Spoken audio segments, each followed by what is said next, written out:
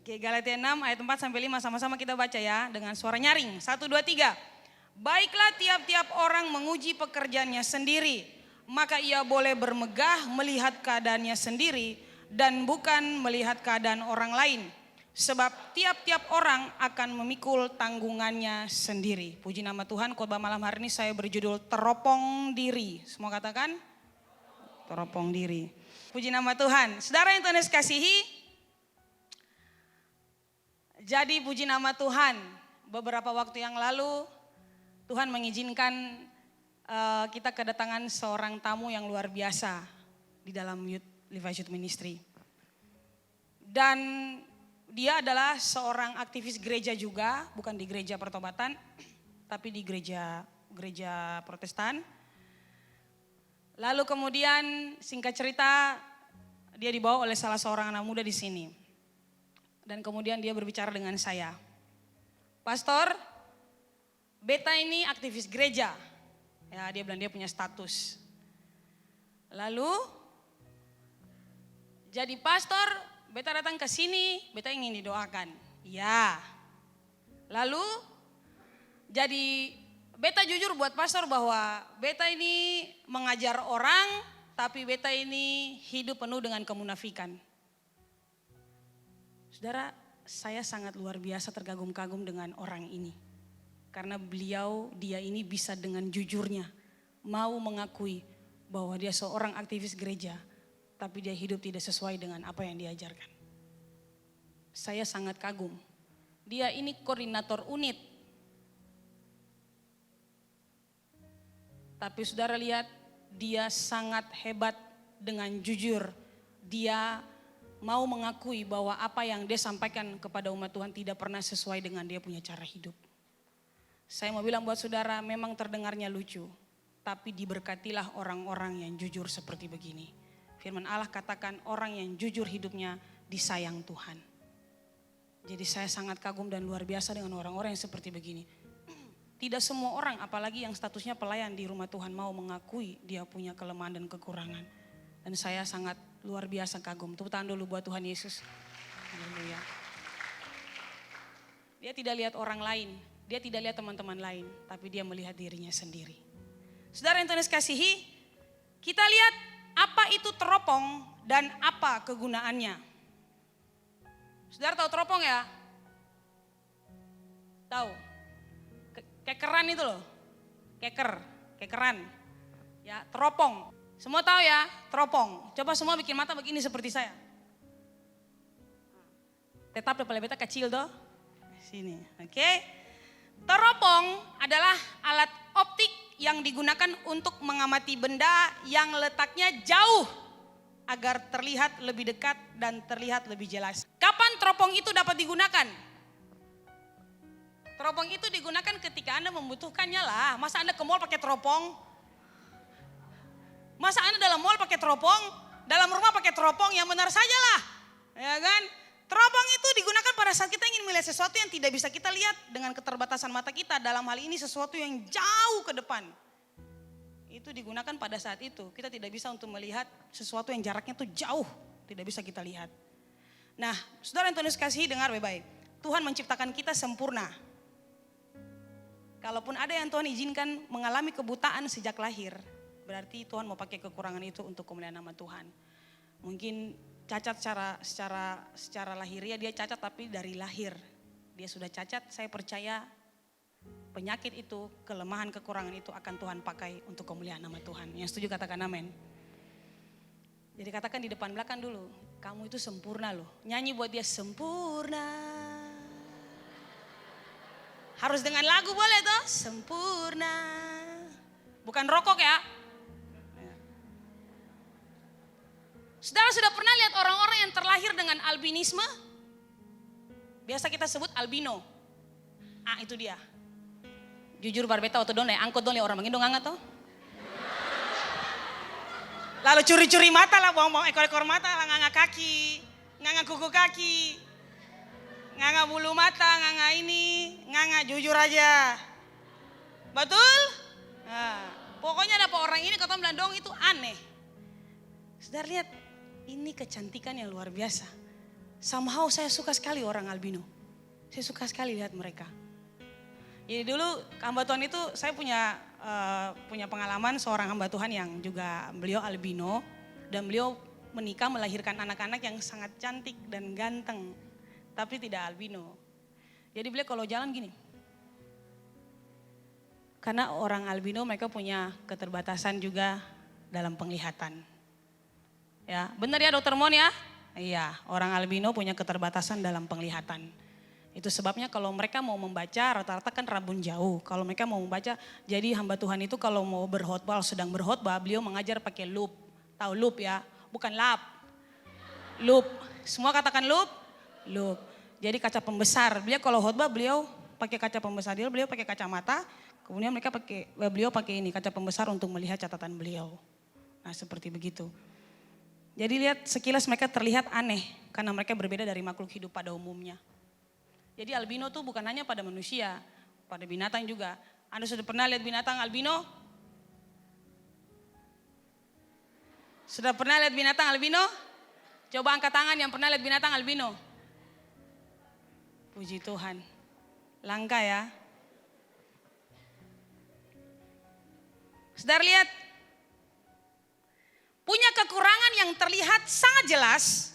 Namun memiliki bola mata yang sangat indah. Punya bola mata yang indah.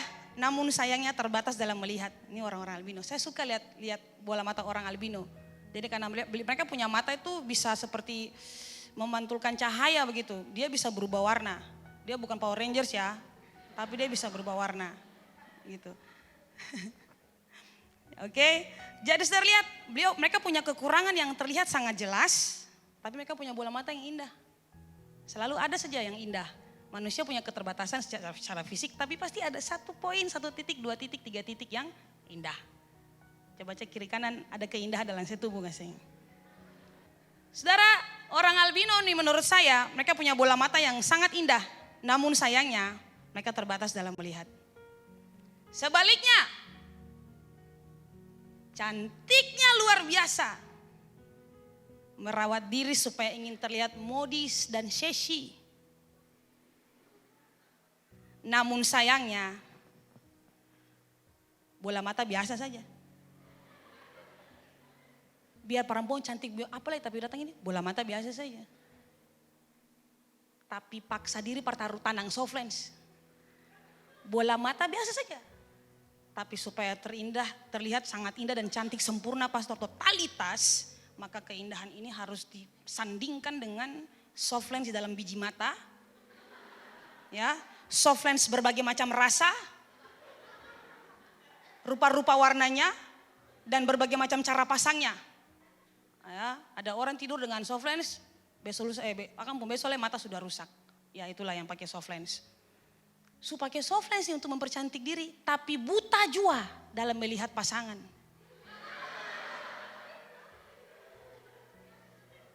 Tadi albino, mereka punya kekurangannya sangat nyata. Anda cantiknya luar biasa, memperindah diri dengan segala macam hal pada tubuh. Sampai mata pun pakai soft lens, tapi buta jua dalam memilih pasangan hidup. Buta jua dalam memilih pacar. Pasang alat bantu, tapi sama jua buta. Oke, bilang samping kiri kanan, cek tadi pakai soft lens kaseng. Coba. Nah. Pasang alat bantu tapi sama jua, tetap saja buta. Jadi saudara sekali lagi saya mau bilang jangan berfokus pada kelemahan orang. Berfokuslah pada Anda punya kelemahan sendiri. Karena semua orang mau cari dia punya kelemahan pasti ada. Sekalipun dia cantiknya luar biasa, gantengnya minta ampun. Tapi pasti juga dia punya kelemahan ada. Laki-laki itu biar dong dia gantengnya minta ampun lagi. Tapi tetap kaki bobo juga.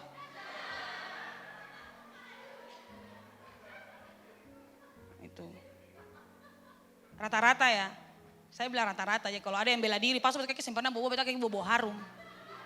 Beta bilang bertobatlah, hai engkau penipu. Tidak ada orang kaki bau wangi. Ya, bertobat. Jadi bilang samping kanan, jangan fokus pada kelemahan orang, fokus pada Allah punya kelemahan sendiri. Oke, kita masuk. Mari sama-sama kita lihat terjemahan the Amplified Bible. Galatians chapter 6 verse 4. Oke, saudara bisa baca ya. But each one, oke kita baca sama-sama. Kemarin Pastor Ewin bilang toh, jangan mau hidup dalam level mediocre. Semua kita harus bisa. Amin itu. Mari sama-sama kita baca 1, 2, 3. Talamburang tak bongkar. Bongkar barisan. Woo! Ancor lele putus panggal-panggal. Coba bicara gini, bicara dengan pedenya saja sebab orang di kiri kanan sentuh kalau saya salah. Lah sama-sama sentuh kata salah betul, jadi baca saja labrak. Sebab orang di samping kiri kanan sentuh bahwa Anda tuh salah loh. Hajar aja. Siap? 1, 2, 3 dengan iman.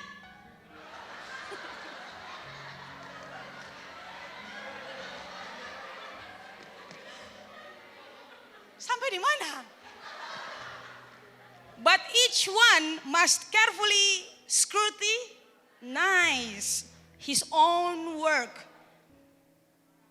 examining his actions, attitudes, and behavior. And then he can have the personal satisfaction and inner joy of doing something commendable without comparing himself to another. Jadi kita lihat di sini dalam ayat ini ada 2 kata kunci. Carefully scrutinize. Semua bilang carefully scrutinize. Udah pun nice itu saja. Barang biasa bilang nice, jadi gampang saja nice, gampang saja. Carefully scrutinize. Artinya meneliti dengan seksama, mengamati dengan teliti. Memeriksa dengan teliti. Kalau dalam terjemahan lain artinya memperkaca. Carefully scrutinize. But each one must carefully scrutinize. Semua orang masing-masing kita, tiap-tiap kita harus meneliti dengan seksama, mengamati, memeriksa dengan teliti, memperkaca. Sekarang lanjut pertanyaannya adalah apa yang diteliti dari masing-masing kita, Pastor? Apa yang diteliti dari masing-masing kita? His own work. His own work artinya tanggung jawab atau urusan sendiri. Udah? Dari mana kita baca dalam bahasa Indonesia? Tapi masing-masing orang harus meneliti dengan seksama urusannya sendiri. 1, 2, 3. Tetapi masing-masing orang harus meneliti dengan seksama urusannya sendiri. 1, 2, 3 ulang. Tetapi masing-masing orang harus meneliti dengan sesama urusannya sendiri. Lalu bagaimana caranya kita dapat meneliti dan mencermati apa yang kita kerjakan masing-masing? Bagaimana caranya Pastor supaya kita dapat meneliti apa yang kita kerjakan? Tanggung jawab kita, urusan kita. Caranya adalah dengan examining. Examining artinya memeriksa, menguji, menjelajah. Dan untuk meneliti, memeriksa dan mengamati, menguji, menjelajah dibutuhkan salah satu panca indera yang sangat penting, yaitu mata. Anda pernah lihat orang buta menjelajah? Tidak pernah. Anda pernah lihat orang buta mengerjakan sesuatu dengan teliti? Tidak pernah. Anda melihat orang buta mencermati sesuatu? Tidak pernah. Anda pernah melihat orang buta memeriksa toilet bersih seng? Pernah? Tidak pernah. Karena semua hal yang menyangkut penelitian, semua hal yang menyangkut memeriksa, ya, examining itu memerlukan mata. Tidak bisa tidak. Ini saya katong kerja sudah biji mata nih, masih keliru juga. Itu senteliti. Pada ketemu mata ada loh. Aneh bukan? Bukan. Nah, saudara lihat baik-baik. Selama penglihatan Anda bermasalah, Anda tidak akan mampu melihat baik diri Anda maupun orang lain dengan jelas. Karena orang buta hanya bisa mengenali orang lain dari pendengarannya. Orang buta buta hanya bisa tahu di mana kekurangannya sendiri melalui pendengaran orang lain. Itu sebabnya banyak orang menyakiti dirinya sendiri dan orang lain hanya karena dia buta dan memilih mempercayai apa yang dia dengar. Orang buta tidak pernah tahu ada tai lalat di bagian tubuhnya kecuali ada orang yang mengatakannya. Benar? Orang buta tidak pernah tahu bahwa dia menggunakan sesuatu itu salah kecuali ada orang yang mengatakannya. Itulah sebabnya banyak orang menyakiti dirinya sendiri dan orang lain hanya karena dia buta dan lebih mempercayai apa yang dia dengar, baik tentang dia, dan dia menyakiti orang lain tentang apa yang dia dengar tentang orang itu. Kita cenderung melihat orang lain dengan segala kekurangan jauh ke depan. Tapi kita lupa kita juga punya kekurangan.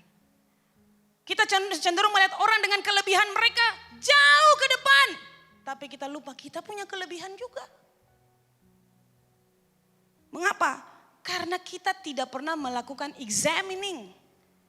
Mengapa sampai kita tidak pernah, kita menjadi seperti begitu. Kita lebih cenderung melihat orang punya kekurangan dan kelebihan daripada kita sendiri punya kekurangan dan kelebihan. Mengapa? Karena kita jarang, bahkan tidak pernah melakukan examining.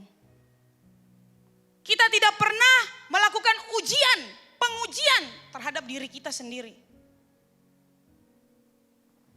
Lalu pertanyaan berikut, urusan macam apa yang Paulus maksudkan untuk kita uji dalam diri kita sendiri, pastor? Pekerjaan macam apa yang Paulus maksudkan supaya kita ini teliti dalam diri kita? Kita selalu meneliti orang lain. Kepo sampai. Zoom in. Zoom out. Oke. Zoom in. Zoom out. Oke. Asal menyanyi. Kepo orang sampai bila perlu dia pembatas Zoom tuh habis. Wow. Mau kekir sampai dia pusat segala hal dalam rumah sampai dia lubang toilet. Ada apa di sana? Saudara lihat ini. Jadi pastor yang Rasul Paulus masukkan dengan hendaklah masing-masing orang, tiap-tiap orang pribadi masing-masing meneliti, menguji urusannya sendiri. Urusan apa yang harus saya teliti, urusan apa yang harus saya uji dalam diri saya, pastor? Biasanya saya meneliti orang. Itu pekerjaan sampingan saya. Kepo orang, pastor. Di Facebook, apalagi mantan.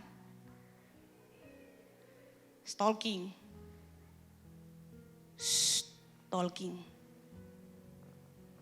Tuh, akan po arti. Jadi urusan apa, pastor? Nah, kita akan lihat 3 urusan yang harus kita uji dalam diri kita masing-masing. 1.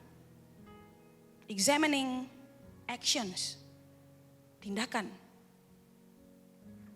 Nah, itu dia. Examining action. Semua katakan action. Nah, sudah lihat dalam pasal-pasal terakhir di kitab yang tadi kita baca ini, Paulus menjelaskan bahwa cinta kasih yang timbul pada diri orang Kristen itu disebabkan karena iman percayanya kepada Kristus. Iman percayanya kepada Kristus akan dengan sendirinya menyebabkan orang itu melakukan perbuatan-perbuatan yang sesuai dengan karakter Kristus, yaitu kasih. Jadi Paulus menasihati jemaat di Galatia untuk menguji tindakan kasih yang mereka miliki masing-masing pribadi. Setiap hari mereka perlu menguji hal ini. Sama halnya dengan kita, Rasul Paulus. Sama halnya dengan kita. Rasul Paulus menasihatkan kita untuk perlu menguji tindakan kita masing-masing. Katakan ujian tindakan. Apakah tindakan kita mencerminkan karakter Kristus yang adalah kasih atau tidak? Baik kasih terhadap sesama maupun kasih terhadap Tuhan, kasih terhadap hamba Tuhan, kasih terhadap sesama di dalam gereja, kasih terhadap sesama di luar rumah Tuhan. Apakah hari ini tindakan saya sudah menunjukkan kasih saya kepada mereka? Ketika saya berkata, oh pastor saya sangat sayang sama papa saya. Pertanyaan saya, apakah Anda sudah buktikan kasih sayang Anda buat papa Anda? Tindakan Anda sudah mencerminkan Anda punya cinta kepada papa Anda. Oh pastor saya sangat mencintai saya punya mama. Pertanyaan saya, apakah Anda sudah buktikan tindakan Anda? Coba diuji. Ini yang Rasul Paulus bilang. Jangan lihat orang. Anak sana tuh Tuhan biar apa lah, anak paling suka ini baru tuh pastor tuh dia maki-maki dia pu mama yui. Maki-maki dia pu mama baru dia angkat batu melempar dia pu mama tuh. Padahal beta dengar di sebelah, Immanuel balik minyak tanah dulu. Pastiu. Sama. Bedanya di mana? Bedanya cuma di dia maki-maki. Anda tidak maki, Anda bilang pastiu. Sama. Apakah benar tindakan saya sudah membuktikan kepada mereka? Apakah benar Anda mengatakan Anda mengasihi gembala Anda? Anda buktikan dengan tindakan. Kalau Anda mengasihi Anda punya PKS, apakah Anda sudah membuktikannya dengan Anda punya ketaatan? Kalau Anda mengasihi Anda punya orang tua, sudahkah Anda buktikan? Kalau Anda mengasihi Tuhan, sudahkah Anda buktikan tindakan kasih Anda itu kepada Tuhan? Atau Anda masih hitung-hitung seperti tadi Usi bilang. Dalam memberikan persembahan pun masih berhitung-hitungan dengan Tuhan. Dalam memberikan Anda punya sumbangan untuk gereja, untuk seseorang pun masih hitung-hitung dengan Tuhan. Jadi masing-masing kita perlu menguji hal ini. Dengar baik-baik jemaat Tuhan. Kami para PKS di sini, kami bukan pimpinan dan gembala di gereja ini. Jadi jangan elu-elukan kami. Jangan sering memuji kami lebih dari gembala sidang, apalagi lebih dari Tuhan Yesus. Yang adalah kepala gereja.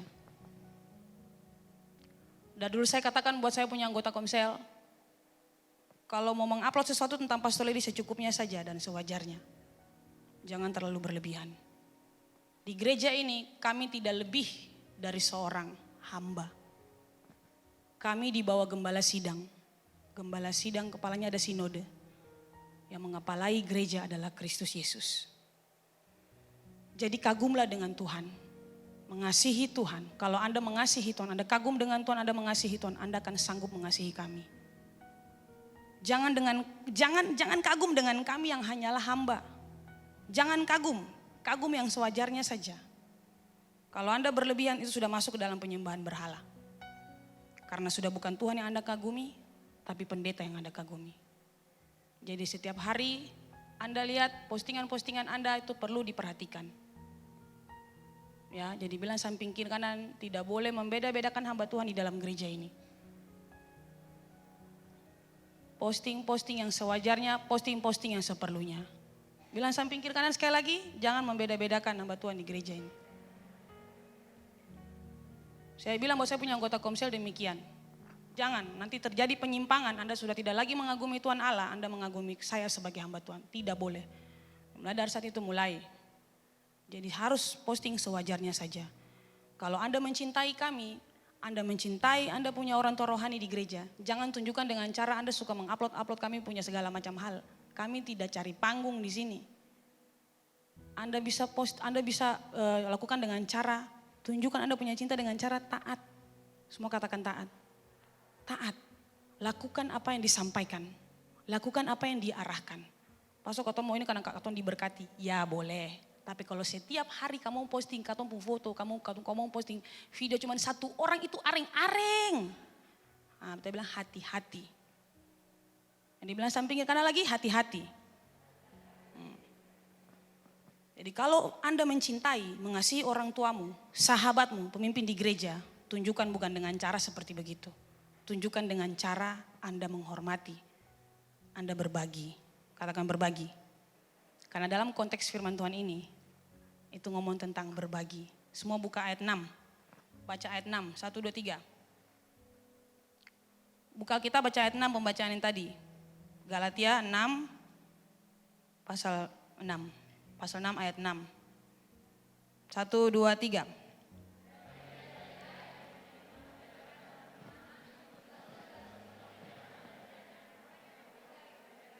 Ya, sudahkah Anda berbagi berkat Tuhan dengan orang-orang yang mengajarkan Anda?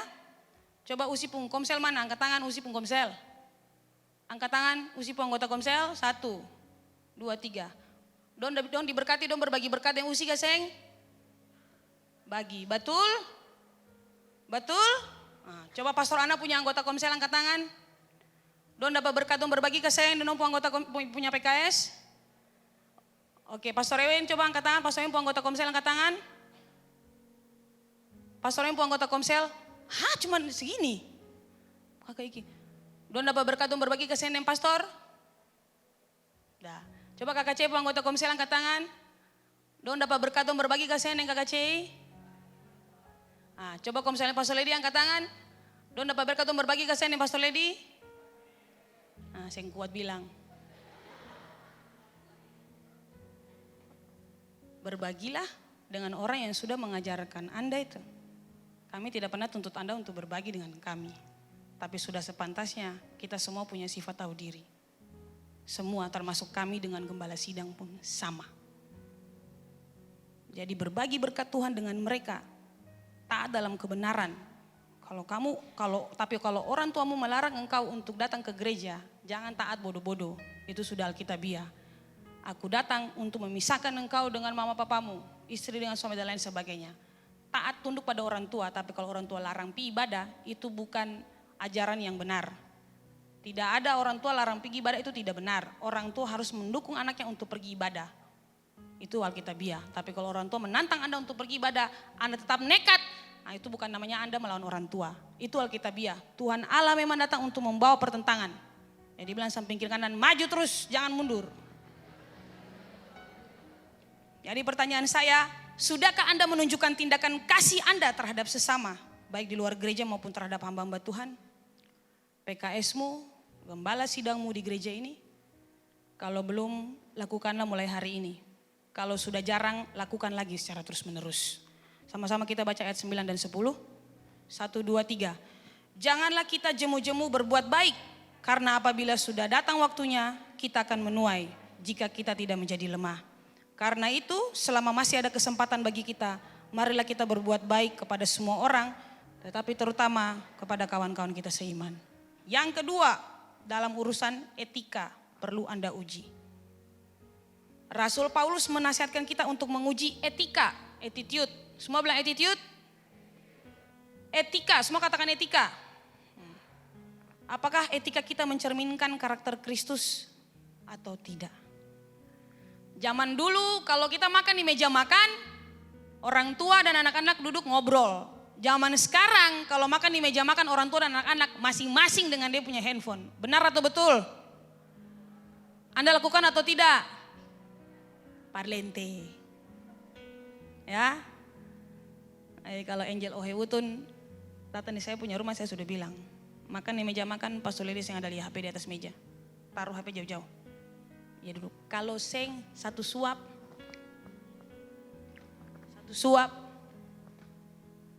Lalu yang di depan bed, yang depan sini apa? Patong. Zaman sekarang orang tua makan di meja makan dengan Android, anak-anak pun makan dengan Android, bahkan sampai bayi pun ikut dengan Android. Balita, maka semua masing-masing dengan Android. Anak bangkit melawan orang tua dan menentang orang tua. Adik sudah berani melawan kakak. Jemaat sudah berani melawan dan menentang hamba Tuhan. Anggota komsel sudah berani melawan dan menentang dia punya PKS. Merasa lebih pintar dari dia punya PKS. Merasa lebih bisa dari dia punya PKS. Merasa lebih holy. Merasa lebih suci. Di gereja hanya menghormati PKS-nya. Tidak peduli PKS apa, saya tentara rampa, sebetulnya dia yang penting PKS.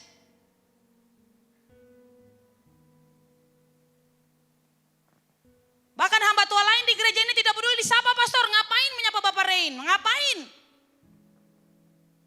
Anda sudah tahu yang buka ibadah di sini setiap hari Minggu. Ada hamba-hamba Tuhan luar biasa yang Tuhan juga pakai. Bodoh amat. Yang saya kenal cuma Pastor Rain, Pastor Lady, Pastor Ana. Ngapain nyapa kakak Usi? PKS biasa kok. Ngapain nyapa mereka? Etika rusak. Kenapa? Karena dasar kasih akan Tuhan tidak ada. Kalau kita mengasihi Tuhan Allah, kita mengasihi sesama kita. Apapun yang terjadi. Terutama kita punya hamba-hamba atau pemimpin di gereja. Terutama kita punya orang tua. Waktu saya kecewa dengan saya punya mama. Saya ngomong dengan Bapak Gembala. Bapak, saya terluka sekali. Saya cerita segala macam bla bla bla bla bla. Bapak bilang, lihat. Sekalipun orang tua tidak pantas untuk dihormati. Tapi karena itu Alkitabiah. Karena itu Tuhan Allah yang suruh. Lakukanlah, hormati dia. Supaya kamu diberkati. Karena kita merasa nggak suka, marah dengan segala macam hal orang tua. Tapi kita lupa firman Allah bilang hormatilah ayah dan ibumu supaya kamu diberkati. Saling memberi salamlah engkau satu dengan yang lain. Di kitab perjanjian baru, saling memberi sapa, tegur sapa. Hormati para pemimpin-pemimpin di gereja. Ini saya bajalang saja, bodoh amat. Saya bilang buat Anda, ujilah diri kita masing-masing. Apakah saya seperti itu yang Pastor Lady bilang? Apakah saya seperti itu yang Pastor sampaikan? Apakah saya lebih menghormati yang satu, yang lain saya abaikan? Apakah saya lebih menghormati orang lain daripada orang tua saya? Kami banyak dapat telepon di gereja ini. Pastor di rumah kurang ajarnya minta ampun. Anda punya orang tua yang bilang Anda kurang ajar, bukan kami. Tapi di sini begitu tunduk pada Pastor Ana. Begitu tunduk pada Pastor Ewin. Begitu tunduk pada Pastor Lady. Tapi di rumah luar biasanya membangkang. Jadi minta maaf, Anda hidup dalam kepura-puraan. Jadi coba uji diri Anda. Sebagai anak Allah, milikilah etika Kristus. Etika dalam berpakaian juga sama. Tuh baik muncul.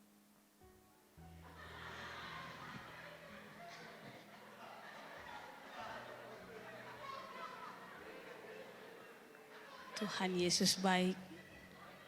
Ini mau jadi apa dunia dan akhirat? Saya tidak membayangkan kalau dunia seperti begini, hidup di dunia seperti begini, hidup di akhirat nanti bagaimana? Sudah lihat Pastor sini. Dengar baik-baik. Etika dalam berpakaian pun Anda harus jaga. Modis tidak ada hubungannya dengan seksi. Anda ingin terlihat modis, bukan berarti Anda harus seksi. Modis tidak ada kaitannya dengan seksi, saya kasih tahu. Anda mau seksi, mau modis. Karena modis sendiri, Anda mau jadi modis bukan berarti Anda harus seksi. Itu berbeda. Kalau Anda penampilannya, Anda punya gaya berpakaian, orang bilang, wih ini berpakaiannya modis sekali. Orang senang dengan Anda punya cara berpakaian. Tapi kalau Anda berpakaian seksi, tidak semua orang suka lihat. Modis bukan berarti seksi. Tapi modis bisa juga ke arah seksi, tergantung si pemakai busana. Dan di era ini orang-orang berbusana sudah tidak wajar, tidak tahu etika lagi. Laki-laki berpakaian seperti begini. Saya cari perempuan tapi rata-rata perempuan semua pakai jeans, wajar. Perempuan yang sudah sampai ke laki-lakian, rambutnya diginiin, itu sudah tidak wajar. Saya ambil laki-laki kan laki-laki terlihat sangat ekstrim ya. Maksudnya laki-laki pakai, kemarin saya lihat satu baju pengantin, jadi laki-lakinya kan saya lihat di TikTok, laki-lakinya jalan gini. Saya bilang, waduh ganteng banget ini cowoknya, jalan gini. Jadi haluan kiri, ya Tuhan waktu haluan kiri, ada dia punya, ini ke belakang sana, jadi belakang itu ada pita basar. Jadi dong modif pakaian ini di depannya jas, di belakangnya tuh baju pengantin perempuan. Saudara lihat ini luar biasa. Ini etika dalam berpakaian. Jadi saya tidak larang Anda untuk pakai baju Sabrina. Minta izin Sabrina dulu. Tapi hati-hati. Saya tidak larang Anda untuk pakai baju yang leher V. Tapi hati-hati. Jangan sampai Anda memperlihatkan Anda punya alat bagian-bagian vital dalam tubuh. Amin. Betul? Jadi etika dalam berpakaian pun dijaga. Karena zaman sekarang rok pendek itu segini. Pastor suka-suka katong pun muka, katong pun badan, katong pun mau, katong pun keinginan pun pakai. Badan pastor mau larang katong saya larang dong pakai. Tapi dari sini terlihat bahwa karakter yang Anda miliki bukan karakter Kristus. Karena anak-anak Tuhan tidak ada yang berpakaian seperti begitu. Mereka tahu etika. Ujilah etikamu dalam berpakaian, etikamu terhadap sesama. Diuji, katakan uji. Saya sering tertawa gitu. Karena saya dulu pernah kayak gitu. Saya sering kadang-kadang lucu juga, ingat saya waktu kayak gitu. Jadi kalau saya lihat anak-anak yang, pastor apa? Dong hamil di luar nikah. Buta huruf. Akan 1-2 minggu kemudian dia hamil. Itu lucu loh. Kita lebih cenderung untuk menghakimi orang seperti begitu. Apa pastor? Dia jatuh, ya ampun. Ketahuan, ya ampun. Lalu didisiplinkan, ya ampun bodoh. Akan 1-2 minggu dia didisiplinkan. Sangat lucu dan miris. Saya gak bilang orang, dulu saya kayak gitu. Makanya itu jangan, ini mulut terlalu Etikanya dijaga. Kalau Anda sedang di situ jangan komentar apapun. Anda jatuh bangun dalam dosa yang sama, Anda komentari orang jatuh dalam dosa yang sama dengan Anda sedang lakukan. Anda hakimi dia, nanti Anda kena. Itu pasti ya dan amin. Yang ketiga, yang perlu diuji adalah kebiasaan. Katakan kebiasaan. Rasul Paulus menasihati kita untuk menguji behavior kita, kebiasaan setiap harinya. Apakah kebiasaan kita mencerminkan karakter Kristus yang adalah kasih? Pertanyaan sederhana adalah, apakah Anda punya minimal satu kebiasaan baik yang mencerminkan Allah adalah kasih? Levi Youth Ministry. Apakah Anda punya minimal satu kebiasaan baik yang mencerminkan karakter Allah itu ada pada Anda? Satu saja minimal. Ada? Jawab sendiri. Apakah Anda punya kebiasaan rohani yang sampai hari ini masih melekat pada diri Anda? Apakah masih Anda lakukan sampai hari ini? Rasul Paulus sangat mengharapkan jemaat di Galatia untuk membentuk sebuah kebiasaan rohani di dalam kehidupan mereka. Dan kebiasaan itulah yang akan mencerminkan karakter Kristus dalam diri kita. Dan kebiasaan itu merupakan karakter yang sudah tertanam dan berakar dalam diri kita. Tetap memilih mengampuni sekalipun saya disakiti, pastor. Tetap memilih mengasihi sekalipun saya dibenci, pastor. Dan itu sudah jadi kebiasaan saya. Gaya hidup saya untuk mengampuni, untuk tetap mengasihi. Tetap memilih melupakan sekalipun saya dipermalukan, pastor. Tetap memilih menyapa sekalipun saya diabaikan, pastor. Saya tetap memilih tersenyum sekalipun saya direndahkan, pastor. Saya tetap memilih bangkit sekalipun saya diinjak. Ini kebiasaan terbentuk. Kebiasaan itu karakter. Kebiasaan yang terbentuk mendarah daging itu disebut karakter. Jadi berbahagialah Anda kalau Anda seperti begini. Jangan sampai Rasul Paulus bilang, ujilah karakter Anda. Kebiasaan Anda ketika mengalami masalah, apa yang Anda lakukan? Larikah? Langsung pingsan di tempatkah? Semaput di tempat? Loyo di tempat? Ataukah mau bangkit? Seperti yang tadi saya bilang. Apa kebiasaan Anda ketika Anda mengalami masalah? Apa kebiasaan Anda ketika Anda direndahkan? Ketika Anda dipermalukan? Saya sudah alami semua. Dan itu membentuk saya menjadi satu pribadi yang akhirnya saya tajam. Jadi sekalipun orang merendahkan saya, hina saya, mengejek saya, menginjak-injak harga diri saya tetap bersyukur. Karena saya sudah melewati peristiwa demi peristiwa yang sangat pahit. Membuat saya menjadi seorang yang sangat tajam. Saya sangat suka untuk mengampuni. Saya sangat suka untuk mengampuni Anda sekalipun Anda menyakiti saya. Karena saya tidak bisa menyakiti Anda balik. Saya mengampuni Anda, saya menerima Anda. Karakter itu terbentuk di dalam diri saya. Bagaimana dengan Anda? Nah, kalau kita berbicara menguji, examining. Saudara pernah ujian di ruang skripsi? Ujian skripsi di ruang skripsi pernah ya? Ruang sidang ya? Pernah ya? Pernah ya? Waktu Anda ujian di dalam ruang ujian itu Anda sidang skripsi dalam ruang ujian. Ada orang-orang pasar bajol dalam ruangan? Ada? Nah, atau waktu interview kerjaan. Ada orang-orang yang jual ikan juga dalam ruangan? Ikan. Lalar setang. Ikan. Ada? Tidak ada.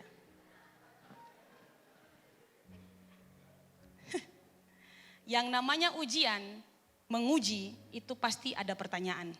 Tidak ada yang namanya menguji tidak ada pertanyaan. Namanya saya dosen penguji. Dosen pembimbing membimbing Anda, dosen penguji yang nanti menguji Anda di ruang skripsi itu. Namanya dosen penguji, dia menguji Anda dengan pertanyaan. Kalau ujian itu hubungannya dengan pertanyaan dan jawaban. Yang setuju katakan amin. Jadi yang namanya ujian pasti ada pertanyaan dan setiap pertanyaan itulah harus dijawab dengan benar. Baru kemudian dinyatakan lulus atau tidak. Anda pernah jawab sabaran apa saja lah Anda lulus Martin Farfar.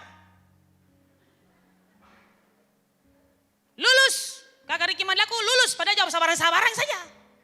Kuliah di teknik jawab apoteker punya. Sabaran saja Pastor. Lalu kemudian Riki Madlaku lulus. Tidak pernah. Semua yang namanya kita menguji harus sesuai dengan kita punya persoalan. Kita punya masalah, kita punya perihal yang mau diuji ini. Dan Rasul Paulus menghimbau jemaat di Galatia untuk menguji, memberikan pertanyaan dan menjawab sendiri pertanyaan-pertanyaan tersebut. Lady, sudahkah kamu lolos dalam ujian etika? Priscilla Subaida, dalam tindakan kasih terhadap sesama, apakah kamu sudah melakukannya? Pertanyaan-pertanyaan ini harus ada pada diri kita. Jadi ketika kita bicara menguji diri kita sendiri, pertanyaan-pertanyaan ini harus kita bangun. Kapan terakhirnya saya punya etika yang baik? Kapan terakhir saya punya kebiasaan baik? Kapan terakhir? Jadi pertanyaan 5W 1H itu harus ada. Dalam mengevaluasi diri, dalam menguji diri kita sendiri, 5W 1H itu harus ada.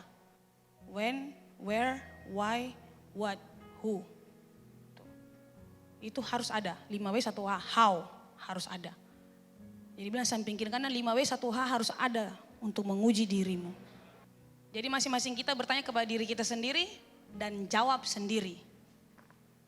Kalau Anda bilang begini, menurut saya bagaimana? Beta su gaga. Bagaimana? Gaga kesing. Dia bilang tarbaik, tapi Anda beda keyakinan. Beta gaga. Ya sudah berjalan kalau si gaga tuh. Kan orang lain bilang menurut beta sih gaga. Lah mengapa sih ngotot? Makanya bertanyalah kepada diri sendiri. Jangan suruh orang uji Anda, nanti sakit loh.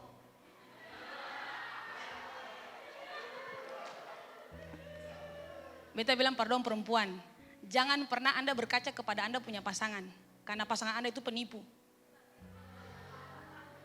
Kalau Anda berkaca kepada Anda punya pasangan lalu tanya, beta cantik toh? Dia akan bilang cantik seumur hidupmu. Iya beta ini bagus toh? Dia bilang bagus. Padahal seng. Dia bilang beta hidung tuh, beta mungkin cantik. Iya bagus. Kenapa? Karena ini asas praduga tak bersalah nanti nih. Dia maju kena, mundur kena, ibarat makan buah si malakama. Makan mati, tidak makan mati. Jadi memang jangan Anda layangkan pertanyaan tersebut kepada Anda punya pasangan. Layangkanlah pertanyaan tersebut kepada Anda punya diri sendiri. Cantikkah saya berdiri depan kaca? Wih memang saya cantik kan ya. Anda jadi senang kan? Puas. Ya, kalau Anda tanya orang lain, menurut saya cantik. Anda sakit loh, tersakiti.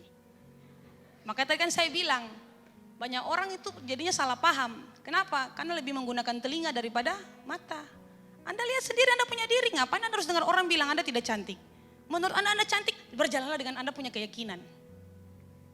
Jadi kalau semua kita masing-masing melakukan ujian terhadap ketiga hal ini, setelah berhasil melakukan ujian terhadap tindakan kasih, setelah saya menguji saya punya etika, setelah saya menguji saya punya kebiasaan, maka Rasul Paulus bilang, ia boleh bermegah melihat keadaannya sendiri dan bukan melihat keadaan orang lain. Jadi kalau Anda rasa pastor saya sudah lolos dalam hal etika, pastor saya sudah lolos dalam hal tindakan kasih, pastor saya sudah lolos dalam hal kebiasaan, saya punya kebiasaan-kebiasaan yang baik, yang positif, yang rohani, maka saya mau bilang itu bohong. Karena di antara tiga pasti kita lalai dan jarang melakukan minimal satu. Artinya setelah kita menguji ketiga hal ini, ternyata tidak ada yang patut kita sombongkan dari diri kita. Karena kita masih lalai.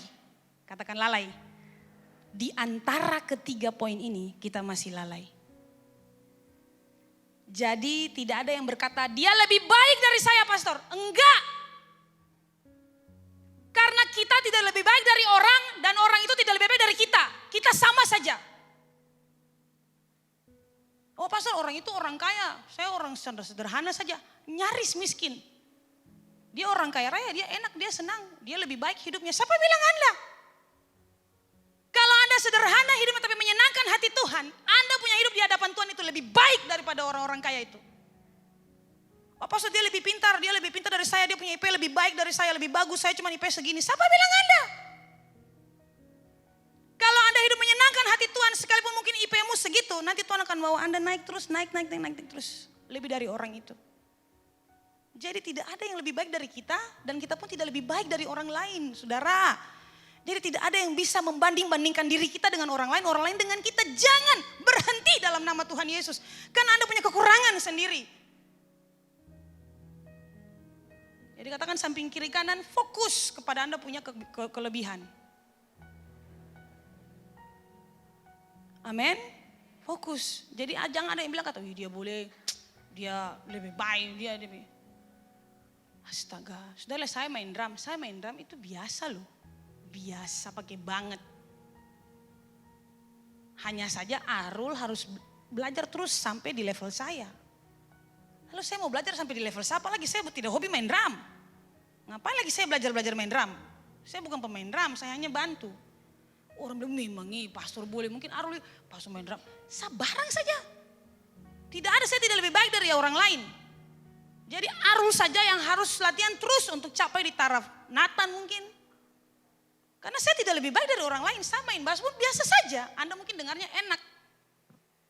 Tapi buat pemain bass profesional datang sini dole Pastor Lady biasa saja. Memang biasa saja kita main. Nanti orang-orang yang profesional itu di atas dong lebih profesional lagi. Orang-orang yang lebih profesional ya dong biasa saja. Aduh jadi biasa pikirkan nanti biasa saja jangan lebay. Jadi tidak ada orang lebay di sini. Anda pintar tapi ada orang lebih pintar dari Anda. Jadi tidak boleh ada orang bermegah karena dia punya kepintarannya. Anda ranking puji Tuhan. Tapi pertanyaan saya, bisakah Anda pertahankan ranking Anda sampai lulus? Susah loh, saya kasih tahu. Mempertahankan prestasi itu tidak gampang. Semudah Anda menciptakan prestasi. Karena karakter itu menentukan. Anda sombong di mata Tuhan, Tuhan hajar Anda, hantam Anda turun. Jadi hati-hati. Dan kemudian ujian selalu identik dengan satu kata khusus, silent.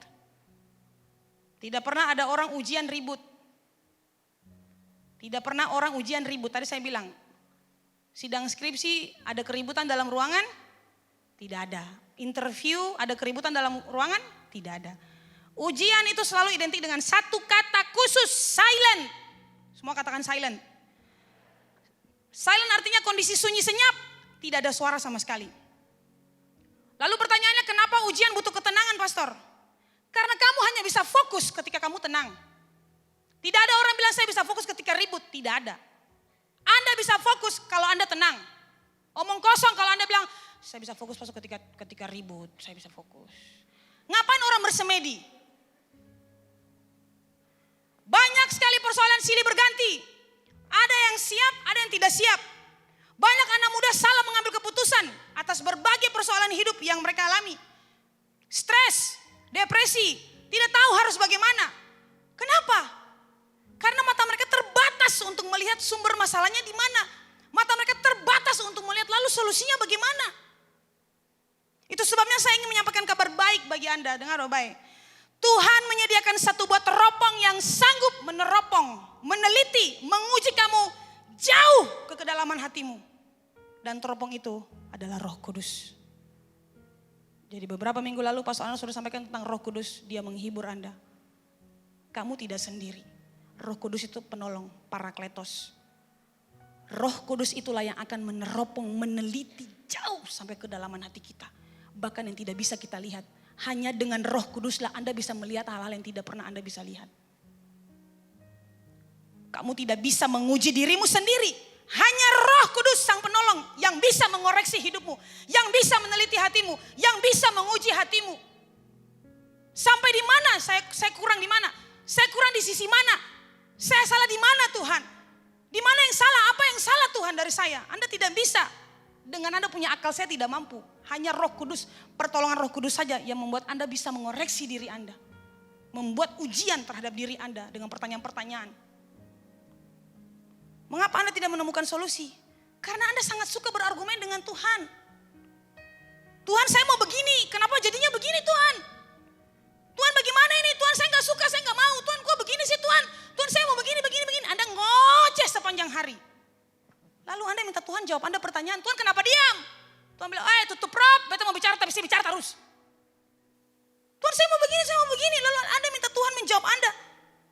Pertanyaan saya sederhana. Bagaimana Anda bisa mendengar Tuhan berbicara kalau Anda terus yang ngoceh? Kasih waktu dan ruang untuk dengar Roh Kudus berbicara untuk tolong Anda. Supaya Anda menemukan solusinya. Salahnya di mana? Jangan terus melihat orang lain yang salah. Di sini yang harus diteropong di sini. Roh Kudus tolong saya, apa yang harus saya benahi? Apa yang salah ini sampai seperti begini terjadi? Itu jauh lebih bijak. Lihat ke sana, lihat orang lain yang salah. Lihat di sini. Katakan lihat di sini. Nah, itu. Saya kasih tahu Anda. You can't listen until you are silent. Itu sebabnya kata listen dan silent itu sama semua hurufnya. Roh Kudus hanya akan berbicara ketika kamu tenang. So be silent so you can listen to him. Makanya lihat ketika musik itu dia tenang. Kita mulai masuk lebih dalam, deep. Dalam ketenangan, dalam keheningan. Tuhan bicara buat Anda. Tapi kalau lagi, wah aku diberkati. Anda tidak bisa dengar suara Tuhan. Karena Roh Kudus hanya akan bicara buat Anda ketika Anda tenang. Silent. Then you can listen. Kalau Anda ngoceh terus, Anda tidak tahu dan tidak bisa dengar Tuhan bicara. Kasih ruang buat Tuhan bicara. Tuhan, apa yang salah? Tuhan, saya sudah lakukan semampu saya. Apa yang Tuhan suruh saya lakukan, saya sudah berusaha lakukan. Lalu apa lagi? Kenapa seperti begini Tuhan? Don't blame people. Jangan menyalahkan orang terus. Jangan menyalahkan situasi terus. Dewasalah Levi's Youth Ministry. Jadi firman Tuhan malam hari ini menantang Anda dan saya. Katakan menantang. Challenge you and I. Untuk mari kita sama-sama mengaktifkan teropong itu. Itu ada dalam diri Anda loh. Hanya kita punya keangkuhan dan segala macam pertanyaan kepada Tuhan itu menutup itu lensa teropong. Sehingga Roh Kudus tidak bisa melihat. Roh Kudus tidak diaktifkan untuk melihat apa sih yang salah dengan saya. Apa sih yang harus dirubah dari saya. Tindakan saya kah? Etika saya kah? Kebiasaan saya kah? Apa sih Tuhan? Kebiasaan hidup saya berdosa kah? Gunakan teropong itu untuk meneropong hidupmu. Bukan meneropong hidup orang lain. Kita cenderung meneropong hidup orang lain dan melihat salahnya ke sini. Salah di sini nih, sampai zoom in. Bapak Sombayang, memang anak ini begini. Memang pas sesuai. Tapi kita lupa bahwa kita sendiri perlu diteropong. Naif sekali. Semua hal yang terjadi yang salah, kita salahkan orang lain keadaan. Padahal sebenarnya kita perlu mengkoreksi kita dulu. Jadi gunakan teropong itu untuk melihat dengan jelas panggilan Tuhan atas hidupmu. Panggilan hidupmu, mimpimu di depan, gunakan teropong itu. Gunakan teropong itu untuk melihat banyak hal hebat yang sudah Tuhan siapkan untukmu. Jangan gunakan teropong untuk lihat orang lain punya hidup. Gunakan teropong itu untuk melihat Anda punya mimpi ke depan akan terlaksana. Anda punya cita-cita, Anda punya panggilan semua akan tercapai. Gunakan teropong itu. Roh Kudus kasih lihat saya. Hibur saya dengan cara kasih lihat saya. Tunjukkan kepada saya. Itu baru keren. It challenge you to change you. Because if it doesn't challenge you, it doesn't change you. Setiap tantangan yang datang kepada kita akan selalu membawa perubahan dalam diri kita. Kalau Anda tidak berani mengambil tantangan, Anda tidak akan pernah berubah. Ambil teropong itu, lihat dirimu sendiri. Jangan lihat orang lain. Anda akan berubah. Pasti berubah kalau Anda lihat, oh yang salah ternyata saya. Karena kalau kita terus lihat orang, seumur hidup kita akan merasa diri kita benar dan tidak ada perubahan. Pergesekan itu membuat kita berubah. Pergesekan itu selalu membuat kita berubah. Jadi anak muda yang Tuhan Yesus kasihi. Saya sampai kepada penghujung khotbah saya. Saya minta pemain musik ke depan. Ayat 3 sampai dengan ayat 5. Itu Paulus menasihati lebih lanjut lagi agar jangan ada orang yang merasa dirinya sangat penting dan berarti sehingga tidak peduli dengan keadaan saudara seiman. Ada orang perlu ditolong, dia gak peduli karena dia menganggap dirinya lebih berguna dan berarti, lebih penting daripada orang itu. Saya butuh makan, dia juga butuh makan.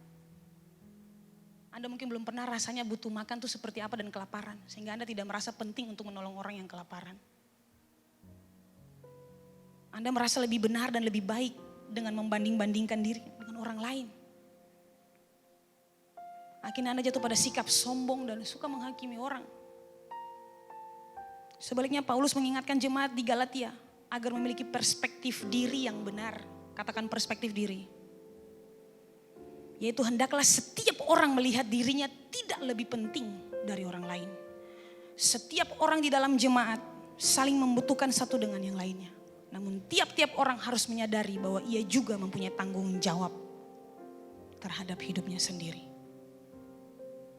Ayat 5, tiap-tiap orang akan memikul tanggungannya sendiri. Saudara perhatikan, kata tanggungan di dalam ayat 5 di dalam terjemahan aslinya bahasa Yunani artinya portion. Portion berarti ransel prajurit yang penuh dengan peralatan yang diperlukan. Itu dibawa. Masing-masing orang membawa dia punya tanggungan sendiri. Dan tanggungan itu tidak bisa dipikul oleh orang lain. Tanggungan itu dipikul oleh Anda sendiri. Ada saatnya Anda ditolong oleh orang lain, tapi ada saatnya orang lain tidak bisa tolong Anda. Anda harus bangkit sendiri, makanya tadi saya bilang, cara untuk Anda bangkit, koreksi apa yang salah dari saya. Kalau Anda terus blame people, menyalahkan orang lain, Anda tidak akan mampu untuk bangkit, berdiri jadi prajurit kembali. Karena masing-masing kita diberikan satu tanggungan, tugas khusus, tanggung jawab khusus. Dan orang Kristen yang dewasa harus membawa tanggung jawab, beban tanggung jawab untuk diri mereka sendiri. Masing-masing harus membawanya, tidak bisa dibawakan oleh orang lain. Jadi Faye punya tanggungan beda, Faye punya persoalan berbeda, Faye punya tantangannya berbeda. Tapi tantangan itu akan mengubah Faye.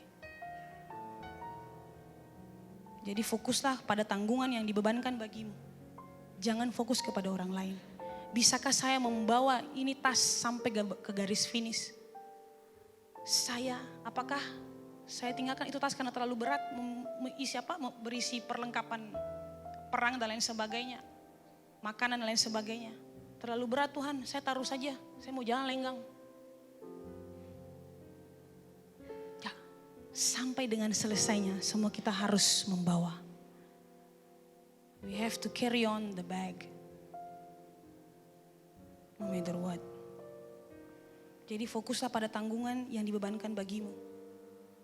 Hamba Tuhan, tanggung jawab saya sebagai hamba Tuhan, tanggung jawab saya sebagai seorang pelayan, tanggung jawab saya sebagai seorang pengerja, tanggung jawab saya sebagai seorang pegawai, dokter, perawat, mahasiswa, pelajar, tanggung jawab sebagai anak, tanggung jawab sebagai seorang kakak, tanggung jawab sebagai seorang adik.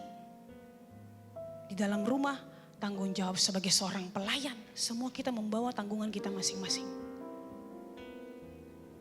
Jangan fokuskan penglihatanmu kepada tanggungan orang lain. Oh pastor, tanggungan dia lebih ringan daripada saya, tanggungan saya berat sekali Tuhan. Tuhan tahu kan saya berat sekali tanggungan ini Tuhan. Tadi saya bilang, diam, silent. Lalu dengar Tuhan mau bicara apa buat Anda. Kenapa alasannya Tuhan kasih Anda lebih berat tanggungannya daripada orang lain. Dia sendiri menjamin dalam Matius 11 ayat 28. Marilah kepadaku semua yang letih lesu dan berbeban berat. Aku akan memberikan kelegaan kepadamu. Pikulah kuk yang kupasang. Kuk itu dia ringan menurut sudut pandang Tuhan. Tapi menurut kita berat. Kenapa menurut Tuhan ringan? Karena dia ada dengan kita untuk membawa itu kuk. Hanya saja Tuhan tidak terlihat oleh mata jasmani kita.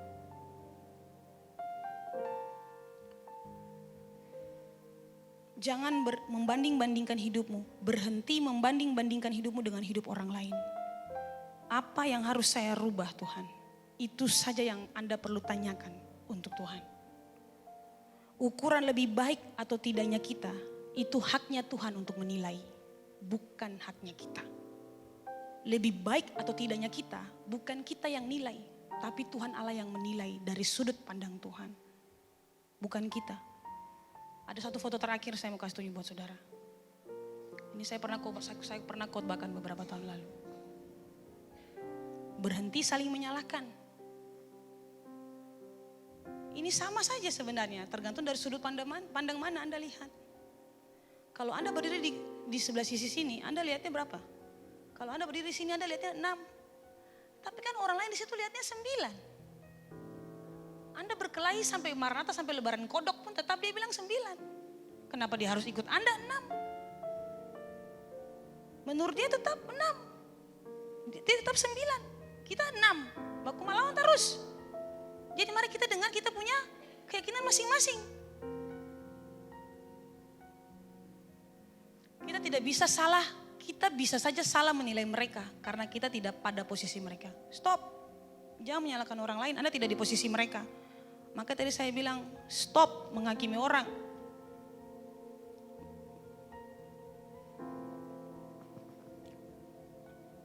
Paling sering tuh saya dengar kayak gitu.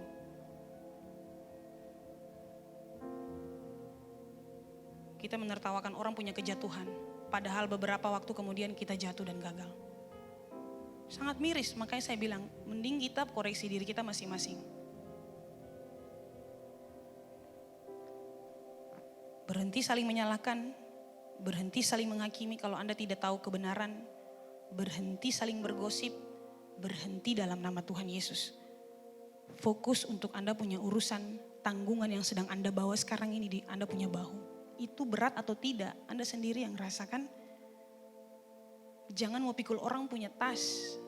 Anda bawa Anda punya tas sendiri, saya sudah repot. Mau bawa orang punya tas.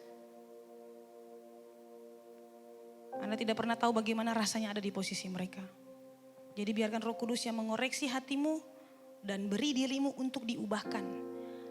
Kalau dalam ketiga hal tadi, setelah saya uji, saya kedapatan salah Tuhan Yesus. Di area ini. Dan saya malam hari ini, mari kita buka hati kita supaya Roh Kudus meneropong hati kita jauh ke dalam. Karena Roh Kudus ingin mengubahkan karakter kita menjadi serupa dengan karakter Kristus. Supaya nama Bapa di surga dipermuliakan. Jadi menutup khotbah saya di malam hari ini, saya bersaksi singkat. Saya sudah sering kali menyaksikan ini buat saudara. Suatu ketika Bapak Gembala mengadakan altar call, tantangan untuk supernatural yaitu kesembuhan. Saya berdiri di sini, saya dulu dekat Pastor Emin di sini. Lalu Bapak Gembala bilang, Tuhan akan menyembuhkan Anda, tapi buka hatimu untuk dikoreksi. Kalau Anda menyimpan sesuatu terhadap orang lain, Anda harus melepaskan pengampunan dulu. Barulah Anda bisa disembuhkan. Saya dengan sombongnya berdiri di sini, Tuhan, saya hamba Tuhan. Tuhan tahu saya tidak ada kebencian dengan orang lain. Saya punya hati bersih, tidak ada benci dengan orang lain Tuhan. Saya tidak benci siapapun di gereja ini. Saya tidak pernah benci siapapun di hidup ini. Saya pernah benci satu orang seumur hidup saya, tapi saya sudah selesaikan di Tawangmangu waktu saya pergi dengan Pastor Ana dan juga Kakak Usi. Saya sudah selesaikan semuanya dan sekarang Tuhan Yesus, saya tidak ada kebencian dengan siapapun. Menyembah Tuhan, Bapak angkat, waktu itu Bapak nyanyikan lagu, saat ku menyembahmu, itu, Rohmu bekerja. Bapak suruh semua koreksi hati, bereskan hati dulu. Saya menyembah Tuhan lebih dalam. Kemudian saya diam, saya bilang Tuhan bicara buat saya. Konteks itu saya sedang memberikan ruang kepada Roh Kudus untuk meneropong hati saya jauh ke dalam. Kemudian saudara, Tuhan membuka slide buat saya. Peristiwa demi peristiwa yang saya alami ketika saya dari kecil bertumbuh remaja. Ternyata saya sangat membenci saya punya mama. Dan itu buat saya itu sudah beres. Tapi buat Tuhan, not yet. Saya lihat itu slide bagaimana saya tuh, waduh. Saya dilempar dengan segala macam Bapak Ibu, saudara. Mama saya tuh sangat amat luar biasa. Saya sampai bilang ini sebenarnya saya anak atau bukan. Dari peristiwa itu membuat saya bencinya minta ampun. Saya pikir saya sudah selesai. Tapi Roh Kudus itu dia meneropong jauh ke dalam. Makanya saya bilang silent.